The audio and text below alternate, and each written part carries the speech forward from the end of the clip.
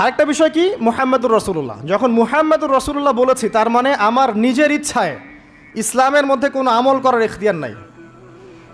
আমি চাইলেই নামাজ পড়তে পারবো না, চাইলেই রোজা রাখতে পারবো না, চাইলেই হজ করতে পারবো না, যাকাত দিতে পারবো না, আমি কিছুই করতে পারবো না ইসলামের মধ্যে। যেটাই করব সেটা রাসূল সাল্লাল্লাহু আলাইহি ওয়াসাল্লাম, সাহাবায়ে কেরাম তাদের থেকে প্রমাণিত থাকতে হবে। মানে আমি এই জুমার নামাজ 3 রাকাত পড়তে পারবো না, পারবো? যদি বলি নামাজ তো খুব ভালো কাজ, 2-এর জায়গায় 3 পড়লে সমস্যা কি? নামাজ বাতিল হয়ে যাবে। কারণ নবী সাল্লাল্লাহু আলাইহি ওয়াসাল্লাম 2 রাকাত পড়েছেন, আপনাকে 2 রাকাতই পড়তে হবে। আবার যদি বলি 1 রাকাত পড়বো, হবে? মুহাম্মাদুর রাসূলুল্লাহ মানে প্রতিটা আমল নবী সাল্লাল্লাহু আলাইহি ওয়াসাল্লাম যেভাবে করেছেন সেইভাবে করা। তার কথার সাথে তার কাজের সাথে যদি কারো কথা কাজ মিলে যায় সেটা গ্রহণ করতে কোনো সমস্যা নাই, কিন্তু তার কথার সাথে তার কাজের সাথে যার কথাই মিলবে না সেটা গ্রহণ না করাই আপনার উপর ওয়াজিব। এক কথায় আমাদের ইবাদত বন্দেগী করার, দিনের পথে চলার একমাত্র আদর্শ মানদণ্ডকে মুহাম্মদ সাল্লাল্লাহু আলাইহি ওয়াসাল্লাম, এটাই হচ্ছে মুহাম্মাদুর রাসূলুল্লাহ। এরপরে বলেছেন ওয়া আন তুকিমাস সালাহ, সালাত কায়েম করতে। সালাত কায়েম মানে খুব শর্টকাটে বলছি, আল্লাহ যেন সবাইকে তৌফিক দেন, আমাকে সহ আপনাদের সবাইকে 5 ওয়াক্ত সালাত জামাতে পড়ার চেষ্টা করতে হবে। যদি মিস হয়ে যায়, যখন ঘুম থেকে উঠবেন পড়ে নেবেন। সফরে আছেন, জমা করে নেন, কসর করে নেন।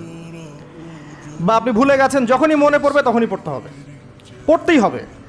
বা অ্যাটলিস্ট আপনি কোনো কারণে আসতেই পারছেন না, কোনো সমস্যা আছে, বাসায় অ্যাটলিস্ট জামাত করে পড়ে নেন, নামাজ মিস দেওয়া যাবে না।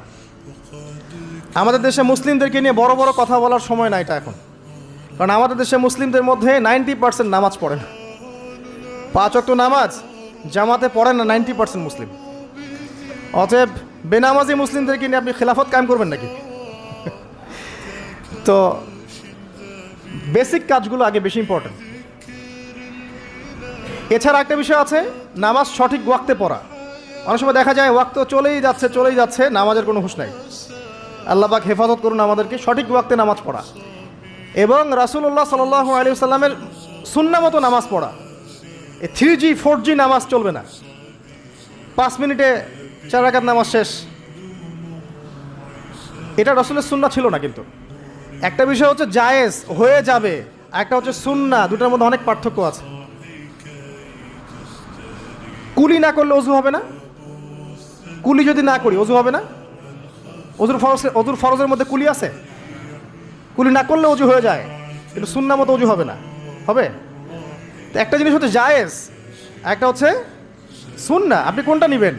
সুন্নাহ। মুহাম্মাদুর রাসূলুল্লাহ কে বলেছে? আমরাই তো বলেছি। অতএব প্রত্যেকটা কাজ তার সুন্নাহ মতো হতে হবে। তিনি নামাজ পড়তেন ধীর স্থিরভাবে, তাই না? তাড়াহুড়া করে ধীর স্থিরভাবে, সূরা কেরাত ঠিক মতো করে, রুকু সেজদা সুন্দর মতো করে, খুশু খুজুর সাথে, বিনয়ের সাথে। এভাবে সালাত পড়ার পরেই দেখবেন এই জাতি সফলতা অর্জন করছে, তার আগে হবে না।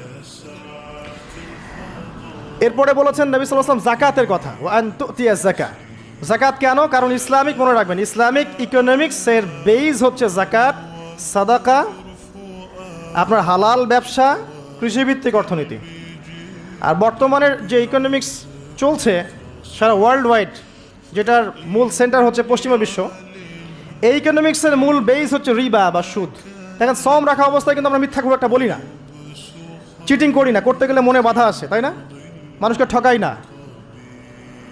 আমরা সম রাখা অবস্থায় কিন্তু আল্লাহ দেখছেন মনে করে আমরা খাই না, পান করি না, স্ত্রী হালাল তাকেও ছুঁই না। তো হালালগুলো ছেড়ে দেই সিয়াম রেখেছি বলে, আল্লাহ দেখছেন বলে, এটাই আল্লাহ কনসিয়াসনেস। এটা যদি সিয়ামের মাধ্যমে অর্জন করা যায়, তাহলে আমাদের টোটাল লাইফ থেকে গুনাহ দেখবেন ইনশাআল্লাহ আস্তে আস্তে কমে গেছে। এটা উদ্দেশ্য আর কি।